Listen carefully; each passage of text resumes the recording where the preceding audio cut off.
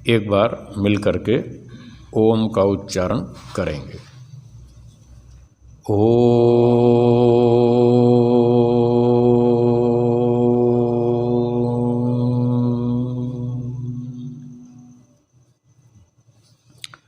उपस्थित सज्जनों, माताओं और बहनों,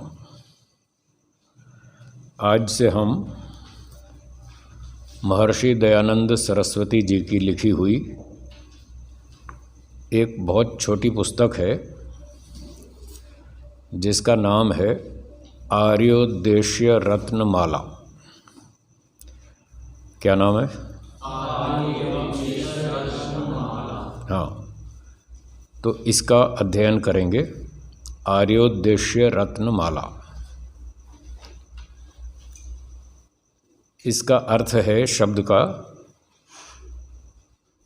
आर्य, जो श्रेष्ठ लोग हैं, श्रेष्ठ व्यक्ति जो वेदों को मानते हैं, वो आर्य कहलाते हैं। उद्देश्य का अर्थ है सिद्धांत। उद्देश्य का अर्थ है सिद्धांत। तो आर्योद्देश्य, इसका अर्थ हुआ आर्यों के सिद्धांत। जो वेदों के सिद्धांत हैं जिनको आर्य लोग स्वीकार करते हैं, वे हो गए आर्योद्देश्य। और रत्न, रत्न कहते हैं उत्तम पदार्थ को। वैसे तो रत्न वो जो सुनार लोग बेचते हैं उनको रत्न माना जाता है। वो जो पत्थर के होते हैं टुकड़े चमकदार, उसको रत्न कहते हैं। तो वो थोड़े अच्छे किस्म के पत्थर होते हैं, इसलिए उनको एक रत्न नाम दे दिया। तो इसका भाव है उत्तम वस्तु। और माला, एक जैसे वो फूलों की माला पहनते हैं गले में, पिरोए हुए होते हैं सारे फूल एक संगठित रूप से, उसको माला कहते हैं। तो ये है आर्योद्देश्य रत्नमाला, आर्यों के उत्तम सिद्धांतों की माला। इस माला में 100 फूल हैं। फूल कह दो या मन के कह दो, मन के भी कहते हैं माला में, तो मन के कह दें या फूल कह दें, फूलों की माला होती है। तो आर्यों के उत्तम सिद्धांतों की ये माला है। इसमें 100 फूल हैं, 100 मन के हैं, अर्थात 100 सिद्धांत हैं। तो बहुत उत्तम पुस्तक है। देखने में बहुत छोटी सी है, बहुत पतली सी है, लेकिन बहुत मूल्यवान है। जो व्यक्ति इस पुस्तक को समझ लेगा, उसको वेदों के सिद्धांत समझ में आ जाएंगे। आर्यों के सिद्धांत, वेदों के सिद्धांत समझ में आ जाएंगे। और इसको समझकर फिर वो कोई भी वैदिक साहित्य की पुस्तक पढ़ेगा तो उसको वो पुस्तक ठीक समझ में आएगी। इन सिद्धांतों के बिना फिर कोई भी पुस्तक साहित्य ठीक से समझ में नहीं आता। संसार में हम बहुत सी घटनाएं देखते हैं और उन घटनाओं के आधार पर फिर हम अपने अपने सिद्धांत बनाते हैं। जैसे एक व्यक्ति को चोट लग गई, एक्सीडेंट हो गया, चोट लग गई और उसका हाथ पैर टूट गया। तो ऐसी घटना होने पर लोग कहते हैं, साहब देखो, जिसका जैसा कर्मफल उसको भोगना ही पड़ता है, उसको कर्मफल पे डाल देते हैं। अब वो घटना देखकर व्यक्ति अपने मन से सिद्धांत बना लेता है कि ये कर्मों का फल है। तो ये मैंने एक उदाहरण दिया। ऐसे कितनी ही घटनाएं आप जीवन में देखेंगे। किसी सेठ के यहाँ चोरी हो गई, घर में चोर आए, चोरी करके ले गए। किसी ने पिस्तौल दिखा के लूट लिया, उसको डकैती कहते हैं। डकैती होती है सामने और चोरी होती है छुप के। तो कहीं चोरी हो गई, कहीं डकैती हो गई, कहीं लूट मार हो गई, कहीं मारा मारी हो गई, कहीं बम फोड़ दिया, कहीं एक्सीडेंट हो गया, कहीं व्यापार में लाभ हो गया, कहीं नुकसान हो गया। ये सब घटनाएं संसार में चलती रहती हैं। तो इन घटनाओं को देखकर लोग फिर अपने अपने सिद्धांत बनाते रहते हैं। तो वास्तव में घटनाओं से सिद्धांत नहीं बनते। सिद्धांतों के अनुसार घटनाओं का विश्लेषण करना चाहिए। यदि आप सिद्धांत को जानते हैं कि वैदिक सिद्धांत क्या है, आर्यों का सिद्धांत क्या है, तो आप उस घटना की ठीक समीक्षा करेंगे और ठीक प्रकार से बोलेंगे।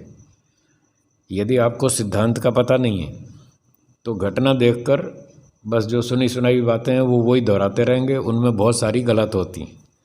बहुत से सिद्धांत गलत होते हैं क्योंकि लोग इन सिद्धांतों को पढ़ते नहीं, शास्त्रों को पढ़ते नहीं, परिभाषाओं को जानते नहीं, इसलिए वो भ्रांतियों में पड़े रहते हैं और संसार में बहुत सी भ्रांतियां फैलाते हैं। तो उन भ्रांतियों से बचने के लिए हमको सिद्धांत की जानकारी पहले होनी चाहिए। जब हमारे पास सिद्धांत स्पष्ट है तो उसके आधार पर हम घटना को समझेंगे और समझाएंगे, उसका विश्लेषण करेंगे, न कि घटना देखकर अपने सिद्धांत बनाएंगे। वो पद्धति गलत है। तो ठीक पद्धति ये है, पहले सिद्धांत को समझें। इसलिए हमने सोचा कि इस पुस्तक का अध्ययन किया जाए, इसको अच्छे ढंग से समझा जाए, फिर हम भ्रांति में नहीं पड़ेंगे, संसार को भी ठीक समझेंगे, आत्मा को और ईश्वर को भी ठीक समझेंगे, धर्म क्या, कर्म क्या, क्या करना क्या नहीं करना, पाप पुण्य, ईश्वर, पुनर्जन्म, कर्म फल, ये सारी परिभाषाएं इस पुस्तक में दी हैं।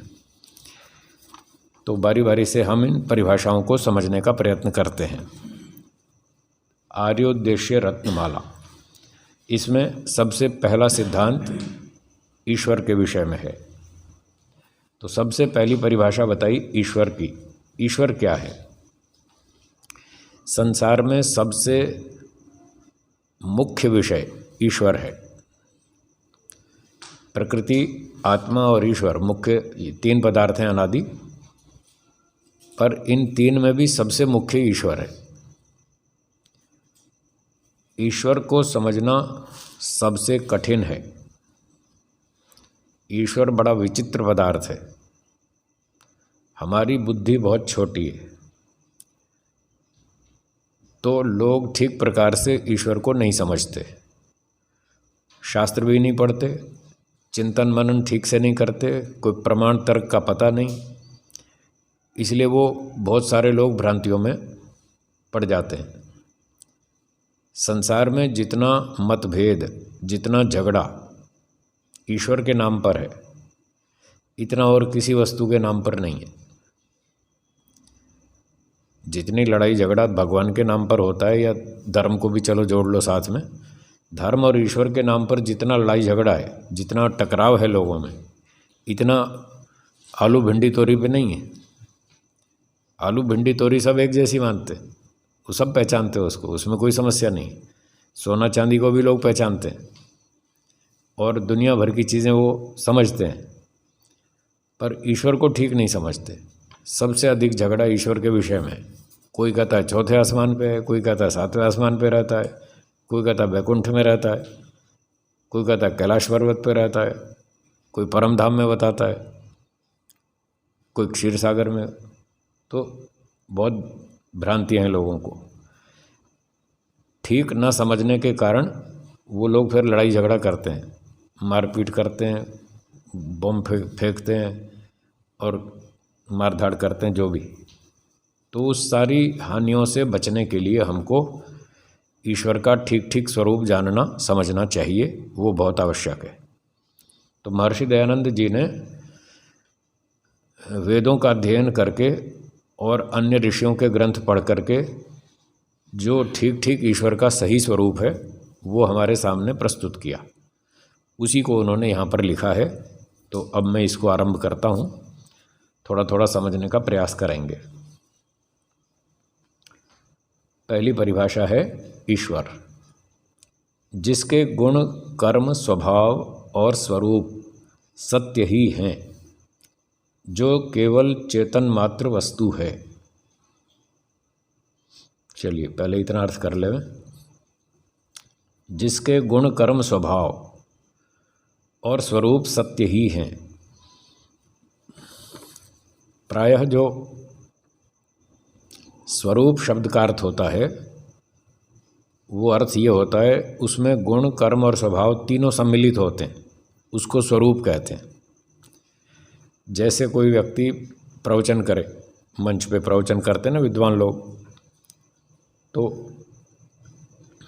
किसी वक्ता को ये विषय दिया गया कि आप ईश्वर का स्वरूप बताइए, ईश्वर का स्वरूप। तो उसका तात्पर्य ये होता है कि वो ईश्वर के गुण कर्म स्वभाव को बताएगा। इस गुण कर्म स्वभाव से अलग तो कोई उसका स्वरूप है नहीं। तो इस बात को ऐसे समझेंगे, स्वरूप का अर्थ है तीन चीज़ों का संग्रह, समुदाय। गुण, कर्म, स्वभाव, इन तीनों को मिलाकर स्वरूप कहलाता है। तो ईश्वर के गुण कर्म स्वभाव, अब यहाँ लिखा है और का अर्थ समझ लीजिए अथवा। कहीं कहीं हम अथवा शब्द के स्थान पर और शब्द ऐसे प्रवाह में बोल जाते हैं। वैसे और का मतलब होता है कि राम और श्याम, जहाँ दो चीज़ें अलग अलग हों वहाँ पर और शब्द का प्रयोग होता है।